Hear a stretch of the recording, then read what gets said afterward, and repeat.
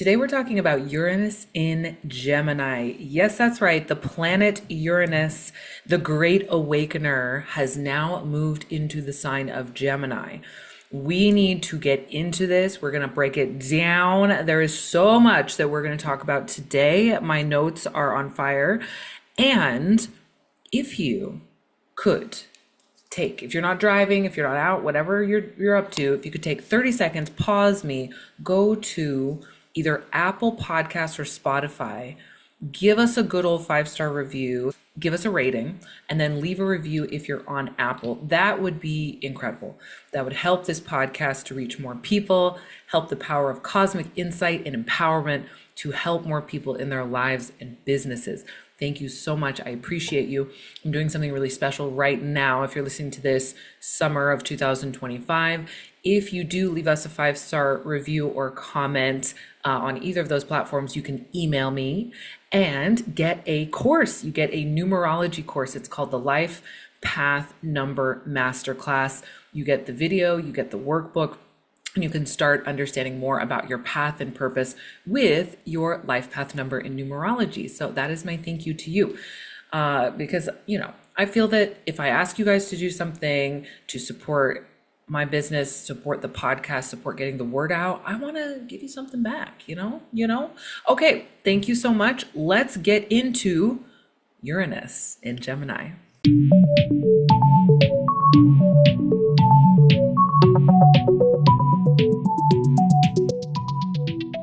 So there's so much that we need to talk about here. I know that you at this point have probably been hearing a lot about Uranus and Gemini, maybe some scary stuff, maybe some inspiring stuff.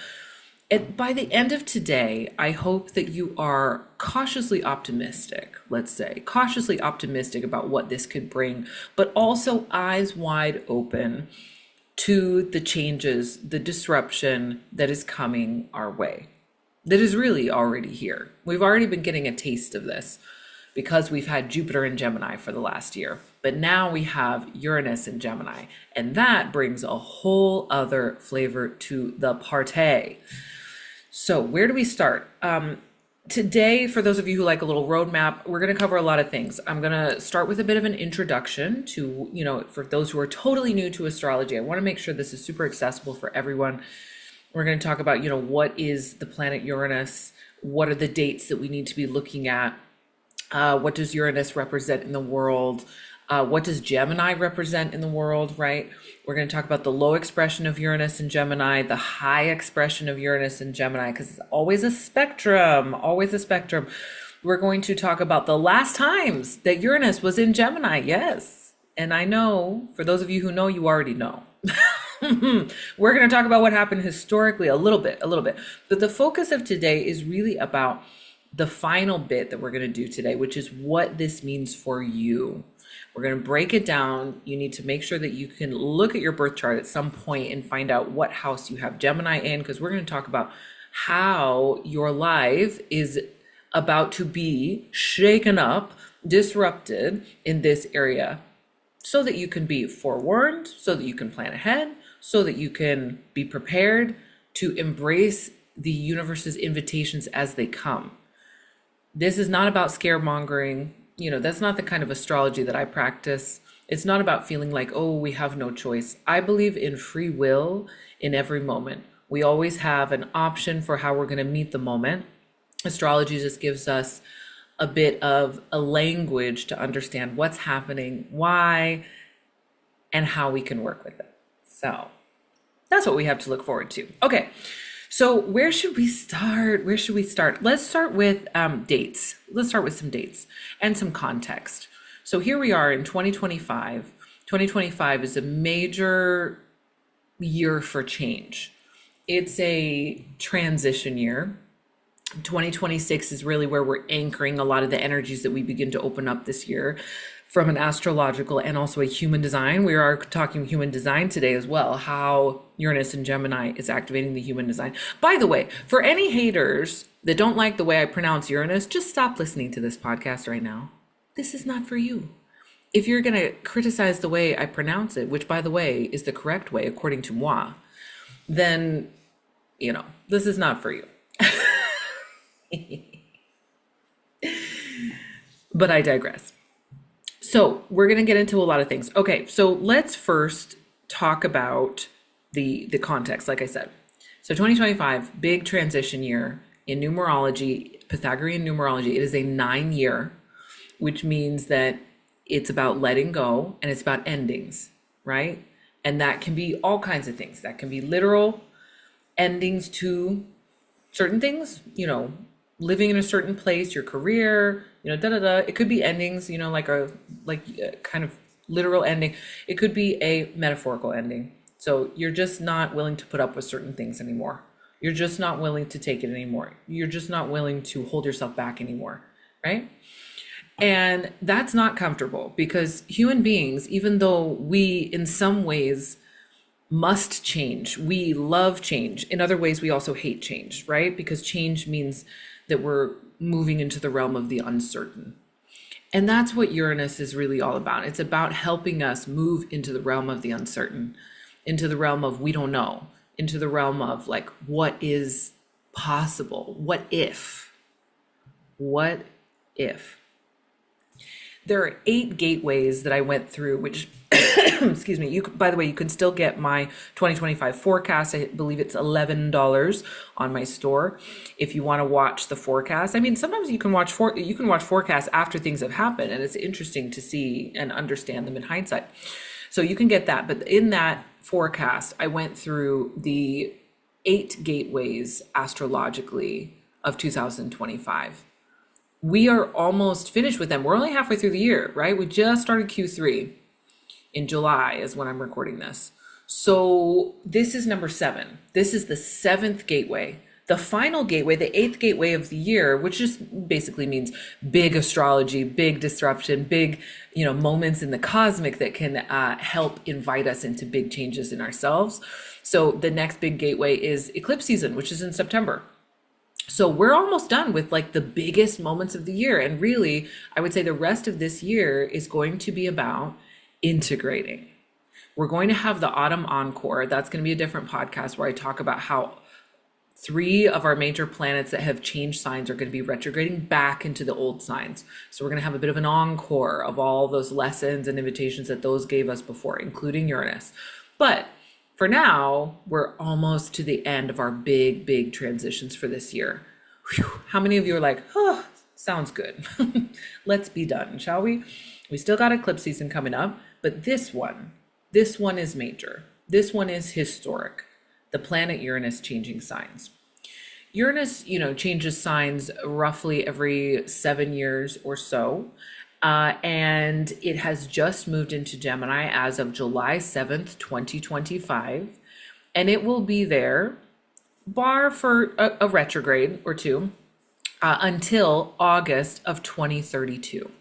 So we're going to be dealing with her for a while. We're going to be dealing with this Uranus and Gemini energy for a while. It's not just a, 1 year and we're done. We've got a while to integrate and live with and experience this energy. We like a long transit. It gives us time. So Uranus has been in Taurus since, and I'm just giving you all these dates up front, since November. Oh, sorry. Since, do I have the dates here? Oh, I do have the dates. Hold on. Why is no one ready? Okay. Little reference there for those of you who love Devil Wears Prada. Okay, so Uranus has been in Taurus since May 15th of 2018. Okay, so if you want to, this is not going to be a retrospective podcast. Maybe if you like one of those, comment wherever you can comment and let me know, and I'll do a retrospective on Uranus and Taurus. But since May 15th, 2018, so you can think to yourself, what have kind of these major themes been for you in your life? That have been, what has been changed, what has been disrupted since May of 2018. Wow, that's just, I can think of quite a few for me, actually. I started my first business, officially registered in January of 2018. So this whole entrepreneurship journey for me has been a Uranus and Taurus adventure. And now we're shifting gears. To Uranus in Gemini. So now you have the key dates that you need to know. We are going to have a retrograde, like I said, autumn encore, I'm calling it. We are going to have a retrograde. Uranus is going back into Taurus November 7th of 2025. And then it's going to be fully back in Gemini, moving forward back into Gemini like it is right now next April 25th of 2026. We have a little encore moving back, and then we're going to be fully in Gemini. So this time period right now, from July 7th to November 4th, let's call this the prelude. Let's call this the overture. Let's call this the beginning of the next movement. Yes. So where should we go next? Should we talk about Uranus and when it was discovered? Yes. Let's talk about Uranus being discovered. And what does the planet Uranus actually mean before we get into the Gemini side of it? So the planet Uranus is really interesting. I mean, I just love studying this. It's so fascinating. It represents a lot of very specific energies. It's not like, it can't be dressed up as anything other than being a disruptor. You know, the planet Uranus is a disruptor. It's about change. It's about innovation. It's about sudden change, exciting change, out of nowhere change, unexpected change. It's not about slow, steady change. No, no, no, no, no. It's really that shock and awe factor. And that's why people are kind of scared of Uranus sometimes. You know, people who like change are like, hell yeah, like bring the lightning. I always think of lightning when I think of Uranus. Bring the lightning, bring the fire. Let's burn this place to the ground, you know, like tower energy in the tarot. But sometimes we need that, right? Sometimes we need for things to be shaken up. And Uranus loves to shake things up. So when it was discovered, and I thought this was really cool because I did not know this. So Uranus was discovered March 13th, 1781. And Uranus returns to the same sign every 84 years. So it takes 84 years for this planet to go through all 12 signs of the zodiac. So if you can do the math on that, and you go back 84 years, and you go back another 84 years, and you go back another 84 years, you're going to find that when Uranus was discovered, it was in fact in Gemini. I love this for us. I didn't know that. I knew it was discovered in the 1780s, but I did not know that it was actually in the sign of Gemini. So how exciting that you and I get to live through a very historic time when this planet has moved back into the sign, or forward, I should say, into the sign in which it was discovered, in which it was first experienced intentionally by humans, where we were paying attention, where we were watching, where we were noting down, this is what this planet represents. This is the energy of this planet. And we're back there again, and we get to experience it right now.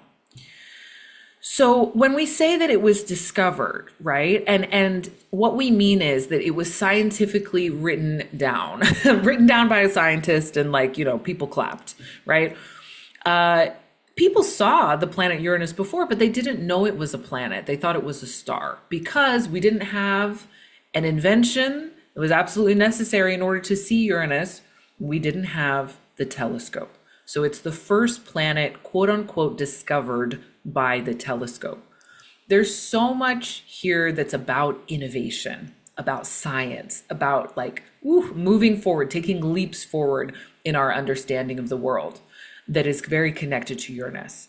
So that's why we always use the word innovation, right? Because it was discovered through a scientific innovation. People just thought it was a star until Herschel came along and said, oh, actually, it's not a star. It's a planet.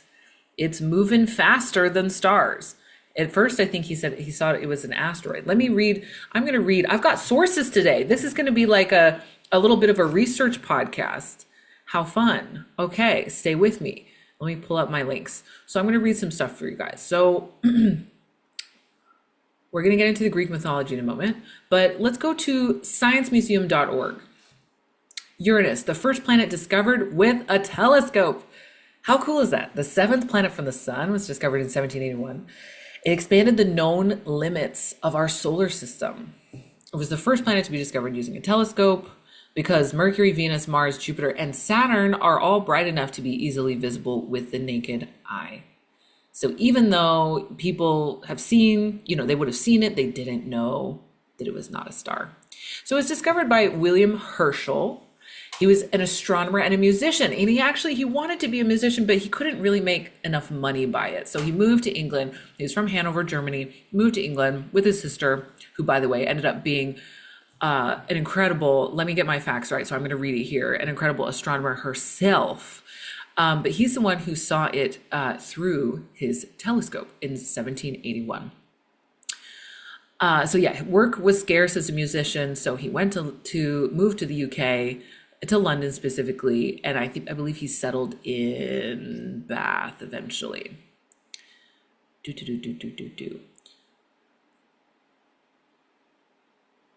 Let me scroll down to where he actually found this new planet. Yes, okay, so during observations on the 13th of March, 1781, Herschel spotted a curious object in the sky that he initially assumed was a star. 2 days later, he sighted it again, but found it had moved. He concluded from its movement that it was too close to Earth to be a star, and instead presumed it must be a comet. He informed his colleague, who after several unsuccessful attempts to spot the object himself, made a close study of the orbit. Further investigation confirmed it wasn't a comet at all, but a previously unknown planet. Love this. He quickly became a celebrity. Of course he did, within and beyond the scientific world. And this is quite interesting. So if you know anything about this time period, right, what does this make you think of? This makes you think of Revolutionary War, in 1776, the US, right, is born. That is our birth time. I use the Sibley chart personally for the birth of the United States, separating away from England. This man is in England, right, looking at the stars while there's a revolution on the ground. 1789, anyone know that date? French Revolution, right? Woo, all of Europe was just shaken up at this time. And who was king?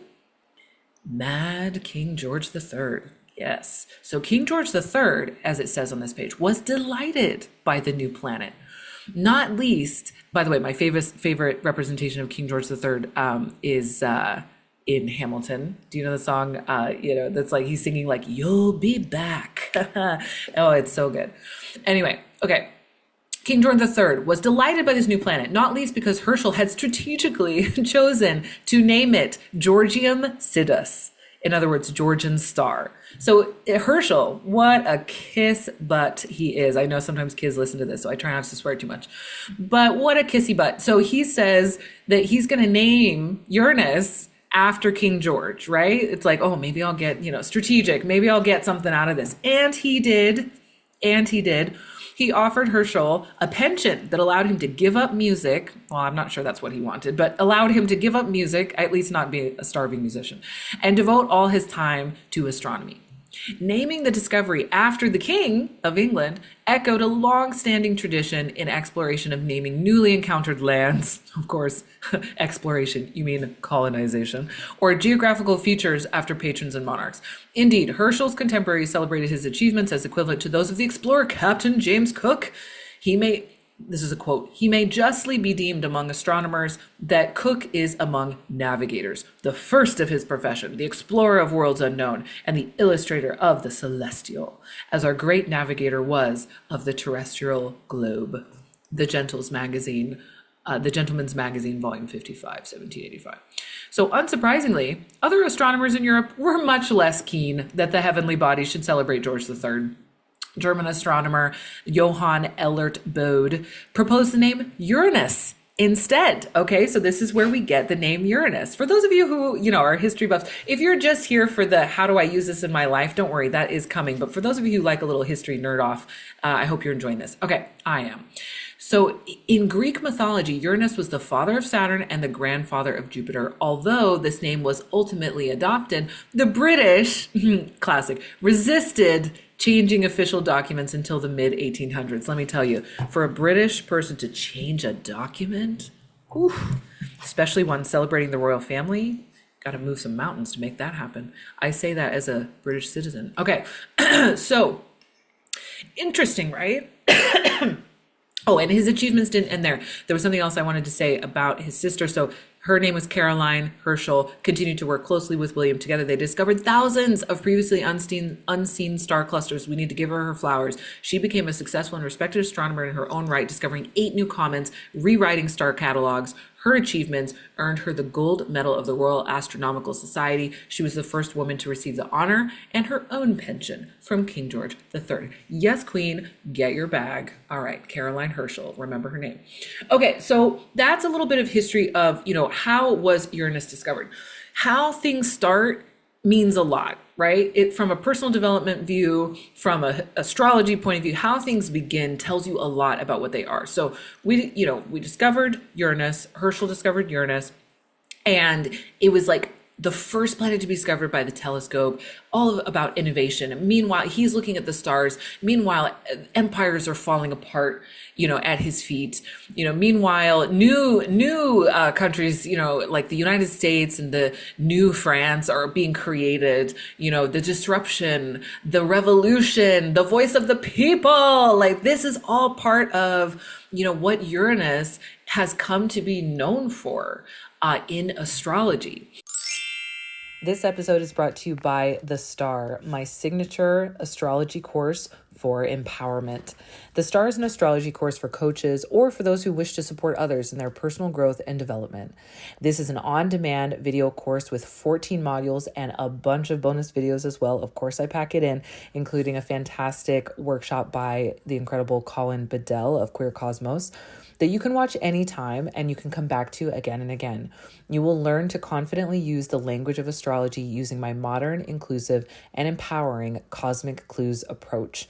You will dive into the structure and interpretation of a birth chart, including the signs, mythology, planets, angles, houses, aspects, and planetary movements and transits. Plus, you'll get guidance on how to coach someone using their birth chart. This is not a quick and dirty approach to this powerful system. The Star is designed to help you understand a birth chart at a deep level. You will gain a strong foundation in astrology, plus mind-blowingly effective techniques you will not learn anywhere else. And with the knowledge that you will gain, you will be able to use astrology as a tool to empower yourself and others at a new level. Imagine after finishing this course, you will be able to read a birth chart confidently, understand the signs, planets, houses, and aspects, track and understand planetary transits, returns, eclipses, and retrogrades, and empower clients with cosmic insight, and so much more. It's time to dive into not only your chart, but the whole system of astrology. The link is in the show notes if you would like to find out more, read all about the modules and everything that's included in this fantastic course. All right, now back to the episode. Now let's look at the Greek mythology. So this German guy who decided to call this planet Uranus instead of Georgium Sidus or whatever it was. So Uranus or Uranos is another spelling of it. It's like Ouranos, is that right? Uranos. Anyway, Uranus, and this is from GreekMythology.com. Uranus was Father Sky, the ancient Greek personification of the heavens, and for a while, the ruler of the known universe. Fatherless, he was conceived by Gaia alone, with whom he formed the primordial couple, ooh, very Game of Thrones, thus becoming an ancestor of almost all Greek gods. However, he was a cruel husband and didn't allow any of his children to leave the womb of their mother, which eventually led to a rebellion and his demise at the hands of his son, Cronus. Yes. Okay. So if you know, this is very interesting. So if you know about this, so Father Sky, so Uranus has this, sense of it as a planet that it's like very powerful, right? It's about, it's air energy. It's about the sky. It's very fast moving, quick moving, conquering, massive kind of big kind of energy, cannot escape from it. But it's interesting with Uranus because he was slain by Saturn, which, Saturn is the planetary representation of the god Kronos, who is the god of time. And Saturn, we work with Saturn a lot. Saturn is retrograde right now at 1 degree Aries, I believe. Saturn is about structure, time. There's some what is the word, castration involved in this mythology. He doesn't really kill his father, he castrates him, which I guess is equal to death as a god. Yes, that's hilarious. I could make so many jokes, but anyway, so it's very interesting to look at the mythology and how that plays into what this planet means for us as well. So Uranus is the opposite of Saturn in many ways. It's not about structure. It's not about rules. It's not about, oh, this is how things are done. It's about breaking everything. It's about, expansion, change, openness. It's very interesting to see this kind of dichotomy come through. So I wanted to mention the mythology in there as well. But what does Uranus mean in the astrology? And this is the last kind of piece that I want to read to you, the last quotes. I like this. It feels like we're at like story time hour. Okay. So there's a story that, if you take my course, The Star, you learn in depth about the planets, about the signs, the high and low expressions. We're doing a little bit of this today, but I like to tell the story about how astrologers decided what Uranus represents. So in astrology, we have ruling planets, right? So different planets are going to rule different signs. So before Uranus was discovered as a planet, the sign of Aquarius was ruled by Saturn. So it's almost like we're going backwards in Greek history. Instead of Saturn conquering Uranus, we have Uranus conquering Saturn and replacing him, which is very interesting. So Saturn ruling Aquarius never quite fit for a lot of people. And for Hellenistic astrologers, I'm sure you're going to be up in arms and you're going to be writing letters to me, canceling me, right? But Saturn ruling Aquarius never quite fit because Aquarius, yes, it's a fixed air sign, but Aquarius is about revolution. It's about innovation. It's about thinking differently. It's about leading the people into the future. And Saturn is very much about time, rules, structure, wanting a tradition, looking to the past, wanting things to remain the same. So when Uranus came along, there was so much debate. It wasn't an immediate thing, that it was very interesting to me doing the research on this and like the timings of all this. So Uranus is discovered 1781, but astrologers didn't decide until the mid to late, it's arguable 1800s, what Uranus's job was going to be, what its position was going to be in astrology. And we've got an answer to who in the astrology world actually kind of decided this, which I think is really interesting because a lot of astrology is just very ancient. And so when you get to the outer planets, we get a lot more insight because we know kind of who came up with these theories and where it came from. So I'm going to read you a little bit here that I've highlighted. This is from an article on SkyScript by astrologer Kim Farnell, who's done a lot of research into the history. Where are the texts? Where are the texts that explain how Uranus came to rule Aquarius, which it does now? This is important for all of our interpretation for today, all of our understanding of what this planet is doing and what this means in our lives, understanding that all these aspects of what Uranus represents, what the Greek mythology is, and which planet or which sign, the planet Uranus rules. It's all going to come together in the end here. Stay with me. Okay, so people are trying to figure out, okay, well, who actually decided that there was this correlation between Uranus and Aquarius? Who kind of figured this out? Well, the answer is John Varley. A lot of people originally attributed it to someone named Raphael, but the fact is that there are many different Raphaels who were astrologers throughout the 1800s, evidently, so it's kind of hard to pin that down. But it wasn't Raphael, actually, it was John Varley. So I'm going to read this to you. An article in the Occult Review of July 1916 entitled "Some Astrological Predictions of the Late John Varley by His Grandson" offers a clue. And I was told this story once by an astrologer, but I didn't know the history of like where this story came from, the time period, anything like this. And I always tell this story about Uranus. It's the house story for those of you who have heard it before. But here's where it came from. It came from this article.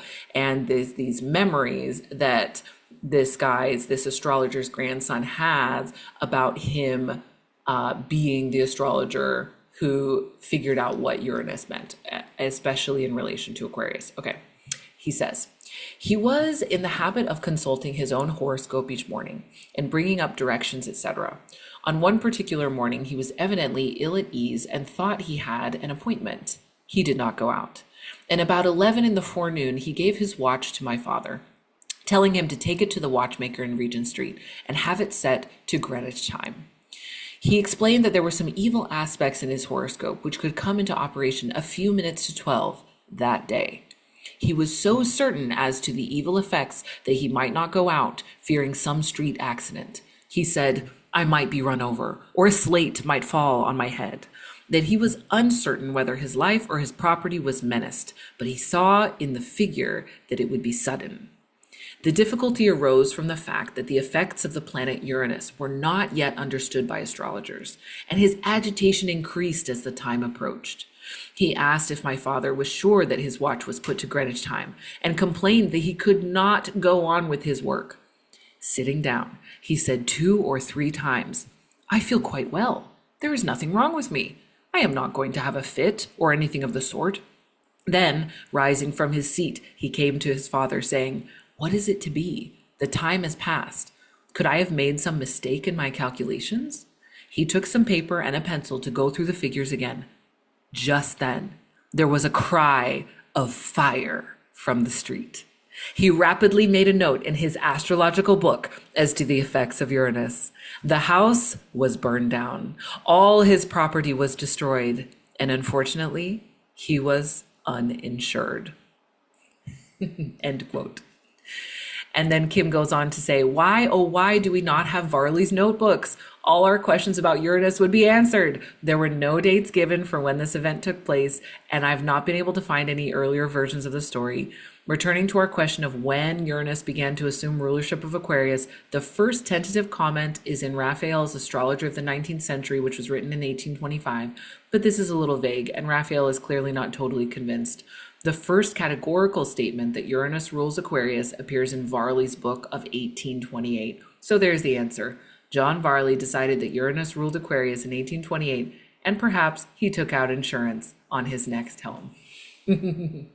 So I just wanted to read that to you because that's a little story that I have been told that I retell about the planet Uranus, that the astrologer, was trying to figure it out and work it out and could have this sense of it. But then this fire happened and he was like, ha, that is what Uranus is about. Sudden, unexpected change. Whether you like it or not, for better or worse, something is going to change. And that is the interpretation that we have seen that works as you look in people's charts. And I want you to put this to the test, right? Take everything with a grain of salt, put it to the test for yourself as we start to do some interpretation and application to our own personal lives today.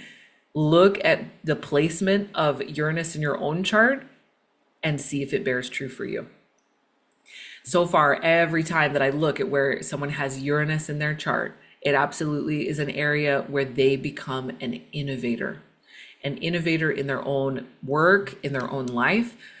That house is the area of life where they experience a lot of change, or they are the creator of change in their lives. Very cool stuff. Okay, so that's some of the introduction and the history of what Uranus, the planet, is all about, where this all comes from, timelines, all the things, receipts, da. So now let's summarize all that. Let's talk about, okay, Uranus represents in the world fast change, innovation, all that kind of good stuff. And for personal application, look at where your Uranus is in your chart, your birth chart. So when you were born, where was the planet Uranus? What sign was it in? What house was it in? To see where you are a natural innovator. But now we want to talk about transiting Uranus more. And now, what does it mean for Uranus to be in Gemini? So Gemini, what Gemini represents in the world is many things, but there is a low expression and a high expression. If we were going to look at the overall themes of what Gemini is, it's ideas, it's communication, it's the realm of the mind.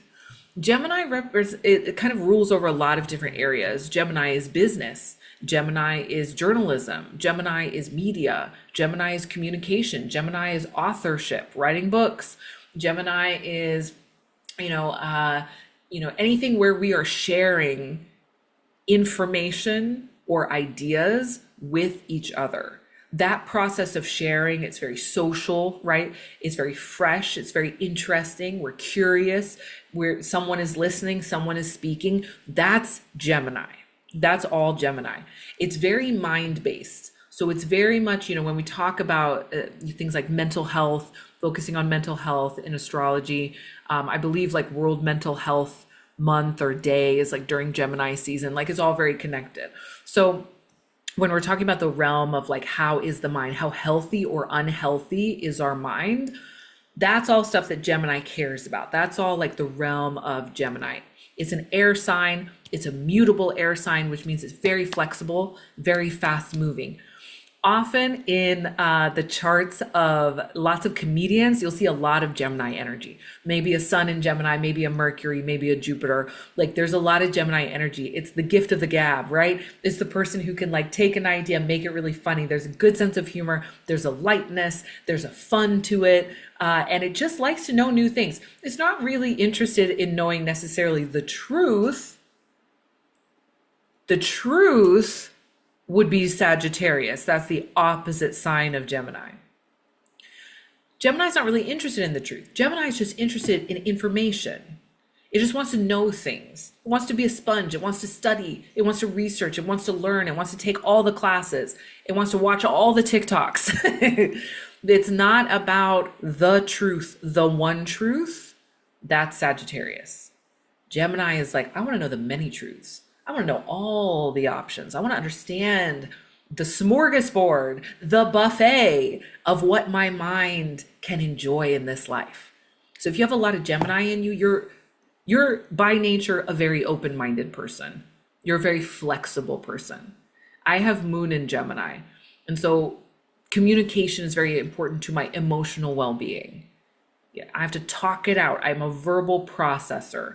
If I'm not talking, I'm not well. If you stop hearing from me, start worrying. That's how it goes. Okay. Truer words were never spoken. So look at where Uranus is in your birth chart. Look at where Gemini is in your birth chart. And let's think about the combination of these two. This is so interesting. So let's talk about the low expression of this combination. So the planet of innovation with the planet of ideas and communication put together. The low expression, this is what we have to worry about. This is what we have to be careful of as we're looking at the next 7 years. Okay, we can think societally, yes, and I love doing that. I love, predictions. I love thinking about what's going to happen. AI, social media, all this stuff, right? We're already starting to see this Uranus and Gemini energy coming in because we had Jupiter and Gemini for the last year, right? But the low expression of Uranus and Gemini, what we have to watch out for in ourselves, in our communities, in our governments, in everything, in our culture, is change for the sake of change and intelligence without heart. It's this idea of like, oh my God, we need all the information. But what does it mean? We don't care. We just want more information. We just want more data. We just need to have all the data, right? It's like this like greediness of, I just want all the information. I just want all the data. I want all the intelligence, but I don't really care about what it means, what matters, the truth, et cetera, et cetera. Do you remember when this whole fake news thing started? Guess what? I believe at that time, was it the North Node in Gemini? Let me look at the years. I don't want to get this wrong and say it was the South Node. So let's see. Nodes, Gemini, and Sagittarius. Dates. It was during COVID, basically, is the budumch of what I was going to say. Okay. So the lunar node, May 2020. Yes, but which one? South node. Right. Okay. I knew it was South node Sag. Right. Okay. So I was correct. So North node in Gemini, right? The North node moved into Gemini and the South node moved into Sagittarius, May of 2020. Wild, right? Wild. That is when we started doubting the truth. And when I say we, I just mean in the culture, right? I'm not saying you got into QAnon. I'm not accusing anyone. But that is when we started doubting. That is when we started doubting whether people were telling us the truth. The media, the government, whoever, celebrities, right? That whole thing. And it's still going. We it's not over, right? In fact, it's really just beginning. This whole idea of there's so much information, there's so much data, but what do I believe? What's true? What's fake? What's real? AI, I'm constantly getting like AI videos sent to me like, oh my God, can you believe this? Like on TikTok, I'm like, that's AI. You can tell. But there was going to become a time, likely in the next 7 years, where we won't be able to tell whether it's real, whether it's AI, right? Okay, so this is the low expression of Uranus and Gemini. Change for the sake of change. Like, why are we doing this? I don't know. It just, we need to change stuff, right? That's very Uranus and Gemini. Intelligence without heart, data without meaning, ideas over wisdom. If you see that, like, everyone's talking, everyone's got a podcast, including me. Everyone's got the microphone now, right? So anyone can just pick up a mic and start saying shit. They can just pick up a mic and start saying things about the world, about other people, about what they believe. And there's no checks. There's no filter. What is the terminology that we use? Social media literacy. There is a low level of social media literacy among people. They cannot tell if someone is telling the truth or not, or if someone has good intentions or not, or if someone really knows what they're talking about or not, right? Whew. Let's all be careful not to accidentally get into a cult over the next 7 years, shall we? Be careful. The last point I had for the low expression of things to be careful of during this time is disruption of the mind. We're already seeing this. And I was going to look up this article recently in the last week. We had this really interesting article come out about how AI is making us dumber. Forbes. New study says AI is making us stupid. But does it have to? Okay, so there's all these different studies. I think it was MIT, I'm just looking at this Forbes article to see. I believe it was MIT. I should have my source on that. That was one thing I forgot to look up before I started recording, but I believe it was MIT. Anyway, you can look it up yourself, but there is a new study that everyone's talking about. Vice, Tech Radar, all these different, Microsoft and Carnegie Mellon University, but I think there's also an MIT one. Anyway, there's multiple studies about how using AI, specifically ChatGPT, is making us dumber because it's like our brain is atrophying. And they did this study. It's a small number. I don't think it's like, thousands and thousands of people in this study, but they looked at these people's brains, and they looked at them, kind of people who had never used ChatGPT, and then people who use ChatGPT regularly, like daily, to answer questions. Or to write whatever they were doing, just to answer questions. So they put in prompts, and instead of thinking about it for themselves and figuring out what they thought, and then just like seeing what ChatGPT says, they were not thinking about it for themselves. They were just waiting for the answer from ChatGPT, right? This is my non-scientific way of explaining this, right? But what happens is that like the neurons, the firing in the brain is not happening because we're letting the computer do it for us, right? We're letting the AI do the search and the thinking and the logicking and the analysis on our behalf. And what happens is that then all those firing neurons and like the brain activity just slows down or stops.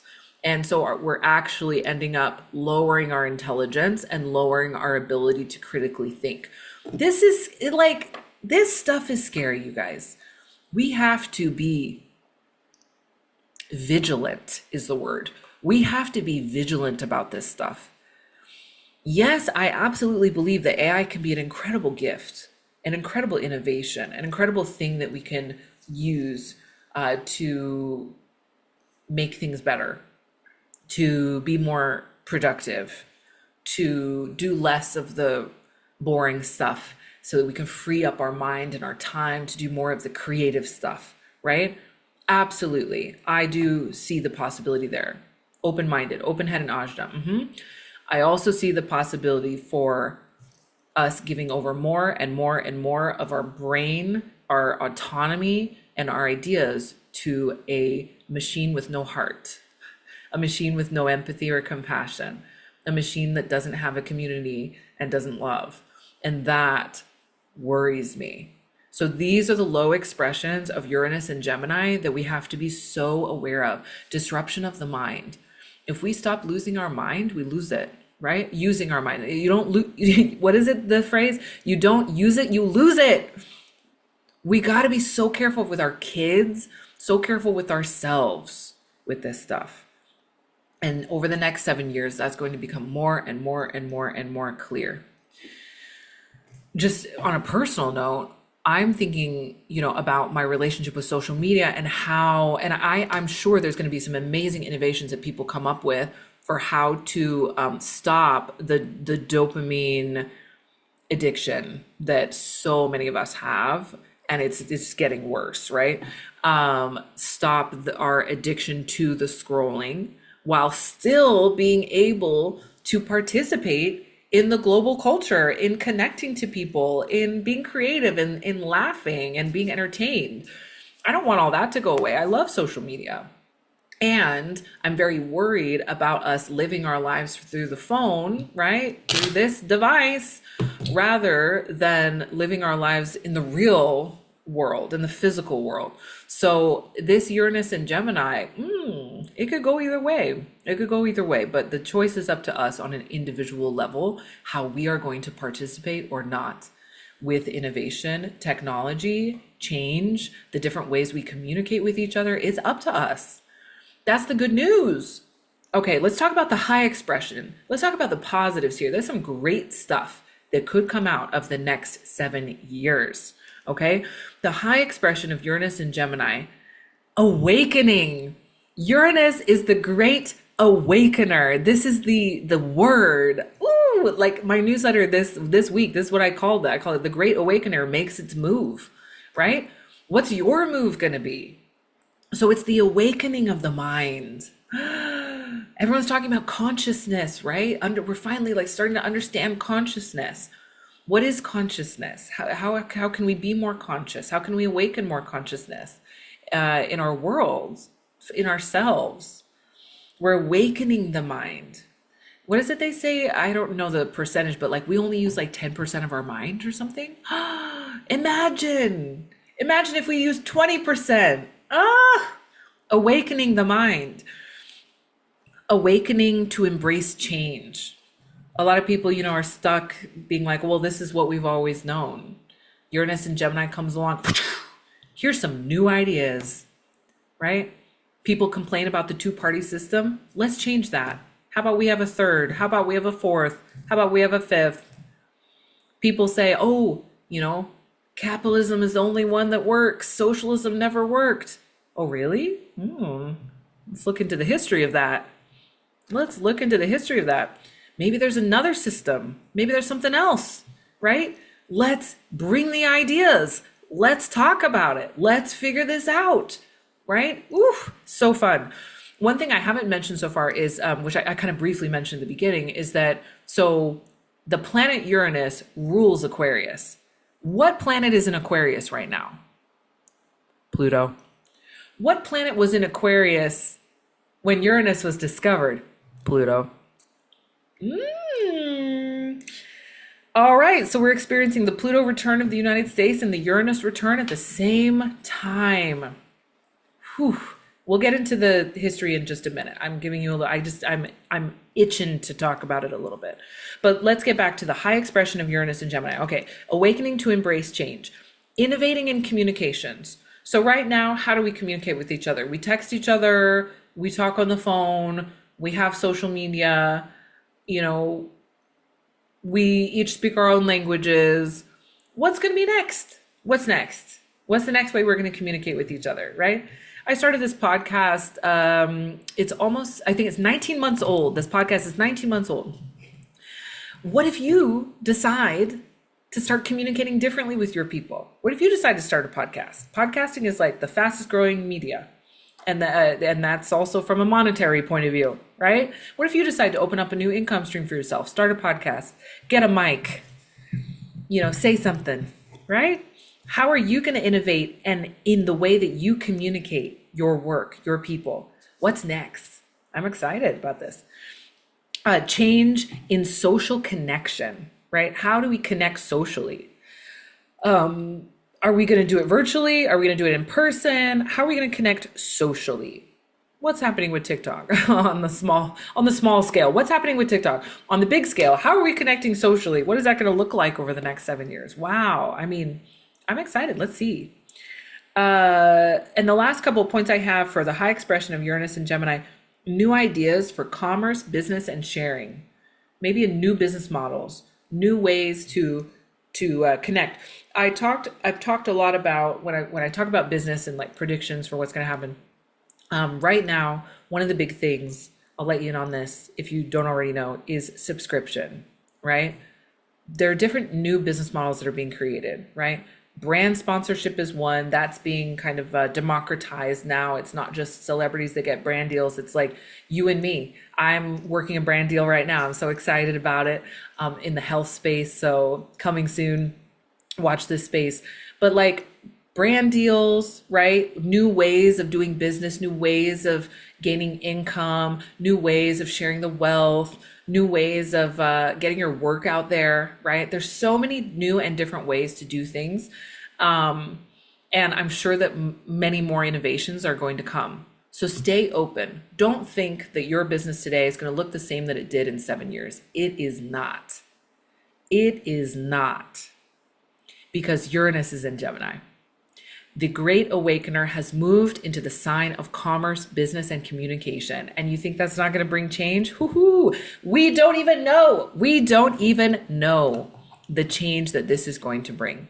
So being flexible and being open as an entrepreneur is what you've got to do, period. Okay. So last point, openness and changing through the mind. So there's been a lot of, discussion of, and I haven't done a podcast on this, maybe I should, on like cult behavior. There's been, in my opinion, a lot of cult-like behavior that's been going on with Saturn in Pisces and now Saturn in Aries and now Neptune in Aries, moving from Neptune in Pisces to Neptune in Aries. I think there's been a lot of like, people kind of like wanting to just believe in something and just come together and just, like give away their independence and give away, they don't want to think, they just want someone to think for them, right? And that's why like in COVID, we saw the rise of QAnon, we saw the rise of all of these kind of like very cult-like groups. You could say that, the Cheeto in Chief is really like a cult, and so there's a lot of like this kind of belief, these different beliefs going on of these like rules of how you're supposed to live your life. The whole like trad wife movement, I would say, is very culty, so it's like, how can we just like kind of give up? And there's a big rise in evangelicalism as well. So it's like, how can we just like give up our kind of freedom, our will, our thought, and just believe in this system? Just have someone tell us what to do, tell us how to live our lives, right? So I think that Uranus and Gemini is going to come along and it's going to disrupt a lot of that. And I see that as a good thing. I see that as a positive thing. You want my opinion on it? I think this is great. I think we need to disrupt the way we're thinking. I think we need to disrupt and to be more open to changing our minds about things, more open to recognizing if we were wrong about something. I have an open head in Ajna, Gemini moon. My political affiliations have changed wildly in my lifetime. I'm now super, super left, grew up, very conservative Christian, like on the right. That has changed massively. The only way that you can change what you believe or where you stand on things is if you are open to asking questions, if you are open to letting go of any kind of shame of like, oh, maybe I was wrong. Maybe I got that wrong. Maybe I believe something that I don't believe anymore. But this kind of open-mindedness, instead of like entrenching yourself into something and being like, oh, this is the right way, this is the only way, this is the only thing to believe, right? You got to stay open to all that stuff. Yeah, maybe they have a point. That's interesting. Well, let me talk to someone who has had that experience. Let me open my mind a little bit. I think that is going to be a good thing coming from the Great Awakener. Okay, so let's talk a little bit historically now before we talk about our final point, which is going to be what this means for you. This is all very interesting. You know, I want you to nerd out with me and enjoy it. But at the end of the day, we got to do some practical application of like, what does this actually mean? What are we actually going to do with this? Okay, so we'll do that at the end. But let's mention, I cannot not mention the historical aspect of this moment. And I've mentioned a little bit of it so far, saying that, you know, when Uranus was discovered, Pluto was also in Aquarius, Uranus was also in Gemini. So we're in this historical coming back moment right now. But let's look at the last 3 times Uranus was in Gemini. And this is where a lot of people tend to start to get a bit scared, right? Because we're going to use the W word, war. We can't escape that when you look at the dates, right? So the last time Uranus was in Gemini, so this is every 84 years, you can do the math, was between 1941 and 1948. What was going on then?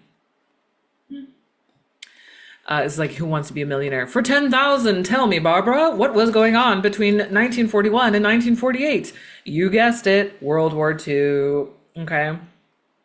But we also, and this is, I have to give credit to the fantastic research that Eliza Kelly, fabulous astrologer, love her Substack, by the way, did in The Cut. She was talking about, yeah, but there's also all these other innovations as well that we can't forget about.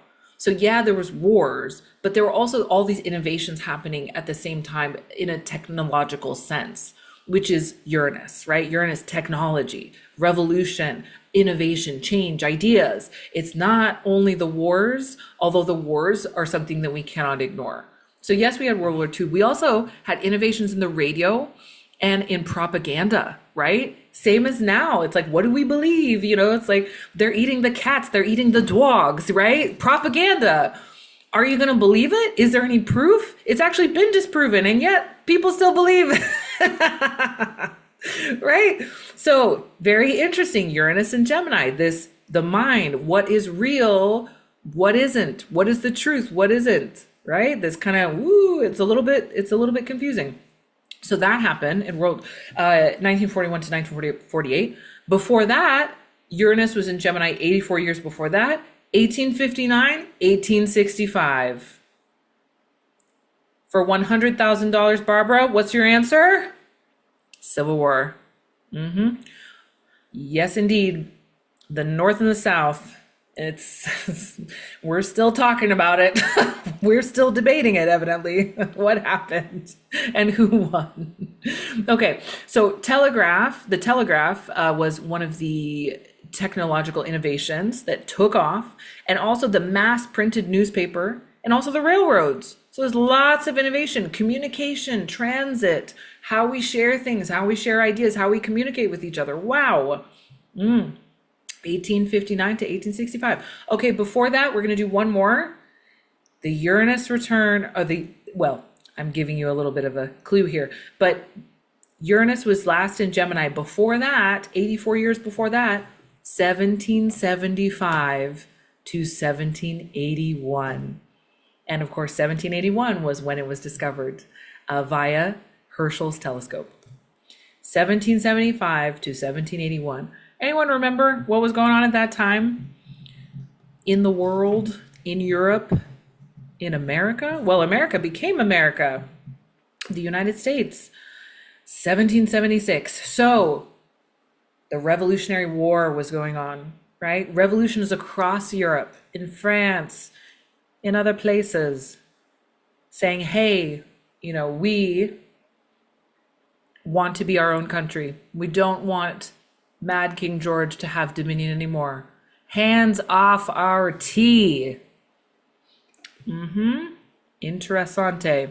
So because of all of these 3 recent dates where Uranus was in Gemini, coincided with some incredible innovations in technology, but also these major wars especially if you're thinking from a Euro, like an American centric point of view. I am American, so I'm allowed to do that.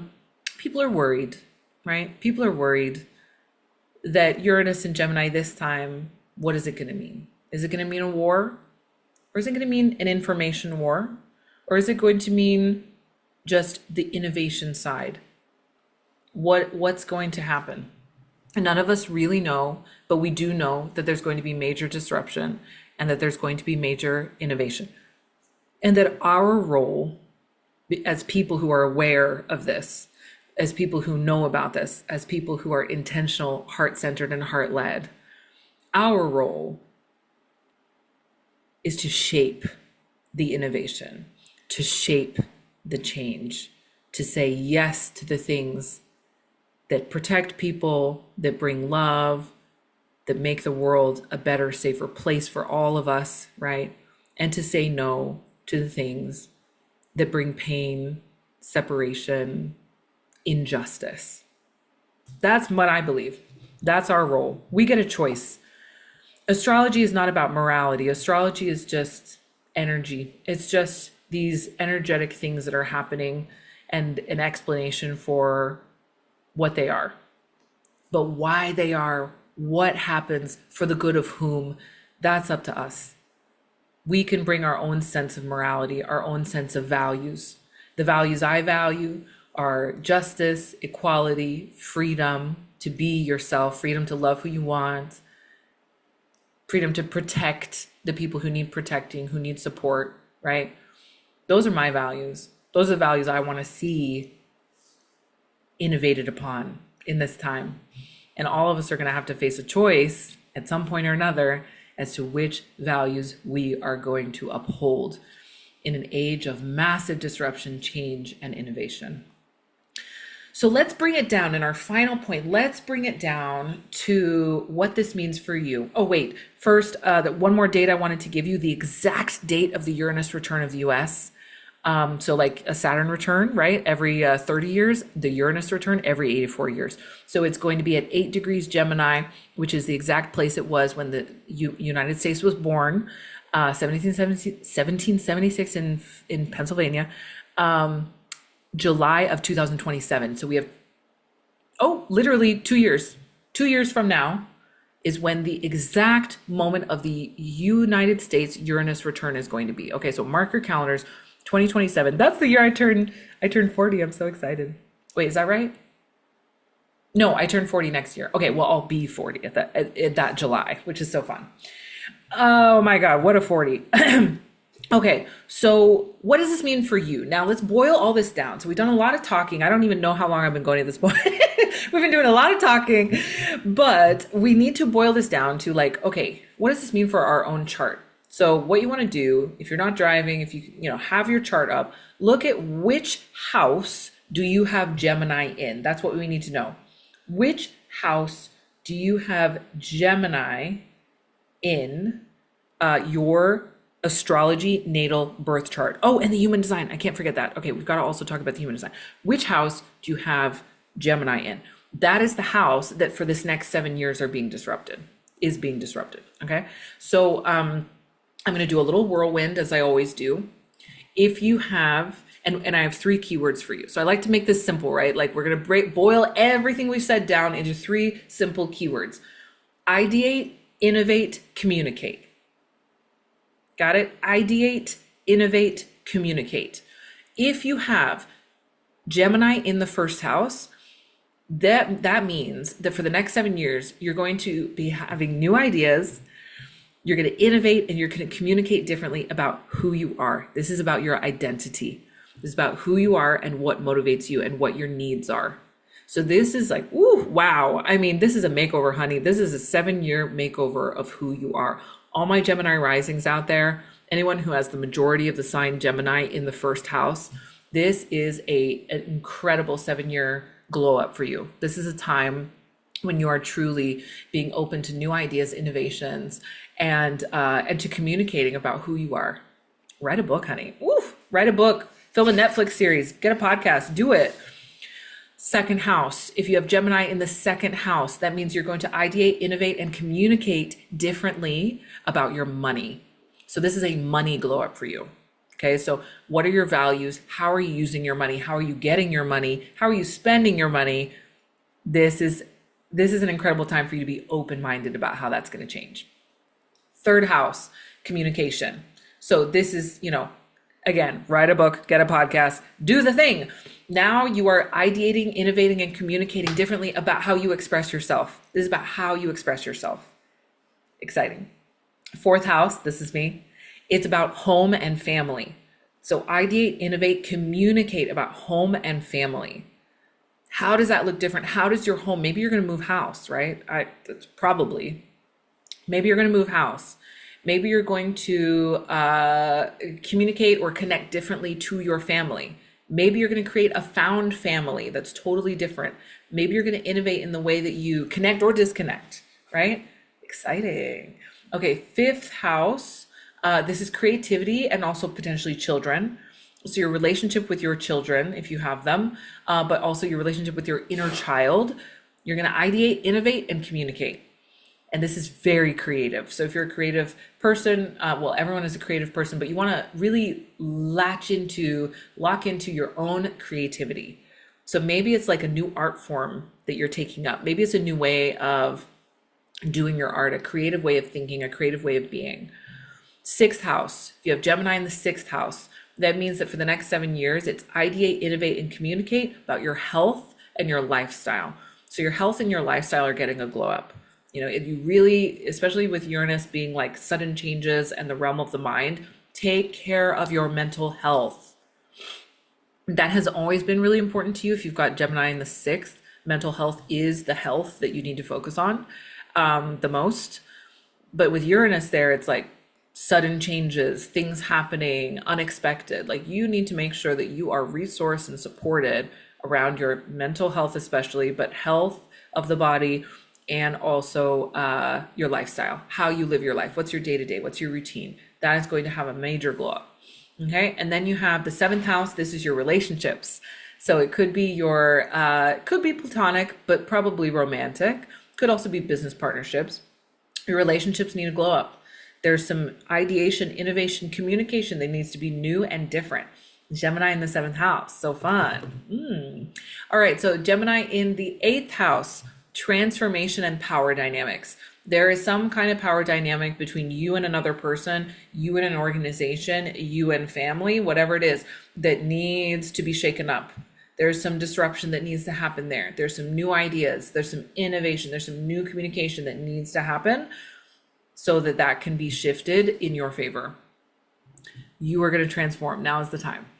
Ninth house, your beliefs. Maybe you start out right now, you believe one thing. In 7 years, you're going to believe something totally different. You're going to get out of the cult. Free yourself. Okay. So what is that for you? If it's ninth house, this is another way of looking at it. So it's your beliefs, but it can also be your teaching. So it's the student and the teacher is ninth house. So if you want to teach something, maybe this is your chance to share your beliefs, to write that book, to teach that class, to like get your wisdom out there, right? Innovate, ideate, innovate, and communicate. Love it. 10th house, wow. Career, reputation, how people see you and your work. If you're Gemini midheaven, in my system of archetypes, grab my free ebook if you don't have it already to start reading about your archetype and in your career based on your midheaven. You're the innovator if you're Gemini midheaven. I have so many beautiful, genius Gemini midheavens in my life, okay? If you're Gemini midheaven, you're the archetype of the influencer. So that means that for this next 7 years, your career is getting a major glow up and it's time for you to step into being the new ideas, innovations, communicator around your work. Get the word out. The light is shining on you. Uranus does not come to play. So exciting. Okay. We've got two more. Uranus in Gemini. So if you have Gemini in the 11th house, this is network and community. So you want to ideate, innovate, and communicate with your community. So maybe it's time for you to create your own community, your own new community. Maybe it's an opportunity, right, for you to develop or to seek out a new community, right? Maybe you're going to create one, maybe you're going to find one, but get in there, because this is going to be an incredible opportunity for you to grow, to expand, to innovate, to change through your connection to community. Last but not least, if you got Gemini in the 12th house, this is a powerful one. 12th house transits are not something to play around with. 12th house transit, Gemini in the 12th, means that it's time for you to free yourself. There is some pattern that you've been looping on. There's somewhere that you feel trapped in your life. There's subconscious patterns. This is very Jungian. There's something under the water, right? Like the iceberg. We only see the tip, but the base, the massive iceberg under the water, is ready to be exploded, is ready to be innovated, is ready to be changed and disrupted, so that you can heal, so that you can bring your support to the world, so that you can be yourself, right? Uranus in the 12th house is the awakener of your subconscious, the awakener of your spiritual life. It's time to heal. It's time to break free. I love this for us. I love this for you. So, what a whirlwind. We did it all, folks. We did it all. We talked about all of the Uranus and Gemini things. This is going to be an incredible time. Again, this is a prelude right now that we're in between now and November 7th. We are going to have a moment where we get to experience Uranus and Taurus again, just to wrap things up, just to integrate, just to implement between November 7th and April 25th of next year, to say, okay, let's make sure that we locked in all the changes around money, the body, health, food, economics that we needed to make before we move on to changes in communication and commerce. The last thing that I did have a note on that we haven't covered yet is a little bit about the human design. And I think this is a nice thing to end on. I didn't plan this, but this is a nice thing to end on. So the human design of this transit for the next 2 years until May 2027, the planet Uranus is bouncing between gate 8 in the throat in human design, which is the gate of contribution, and gate 20, which is also in the throat, which is the gate of almost all of the Gemini, if not all, the Gemini gates are in the throat. So gate 20 is called the gate of the now, and it's in the throat as well. So Uranus is bouncing between the two. If you want specificity, it's in gate 8 until today, the 10th, and then it's going to be in gate 20 until November 4th, and then it's going to go back until gate 8 until April 28th of next year, and then it will begin gate 20 until May of 2027. So roughly 2 years bouncing between these two gates. Gate 8, the gate of contribution, is an invitation from the universe to recognize that your art matters, that your art is valuable and is here to make a contribution to the world.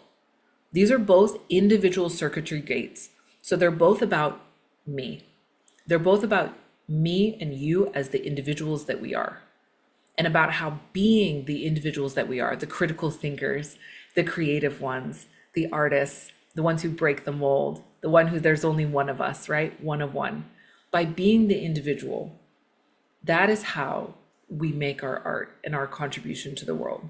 It's not by shrinking ourselves or blending ourselves into someone else or trying to be someone that we thought we needed to be. It's about being the unique, fascinating, complicated, incredible individual that you are, and that being a gift. And the fact that that gift can inspire others to share their gifts as well. Uranus is helping us to do that. It's helping us to recognize that in order to be in true community and to give true value to the world, you have to be yourself. You have to be the individual that you were born to be. And the gate of the now is about being in the present. Uranus loves to look at the future, loves to look ahead, loves to innovate. But we have to keep this all grounded in the now, in the present moment of why we are here and what it is we're actually trying to change and why. I'm excited for this transit. I think I'm worried about it. I think I'm excited for it. And I think we need to be cautiously optimistic about what is truly possible when people ideate, innovate, and communicate from the heart. I hope you have a beautiful rest of your week. Contemplate these things, share this podcast with a friend, and I will see you in the next episode.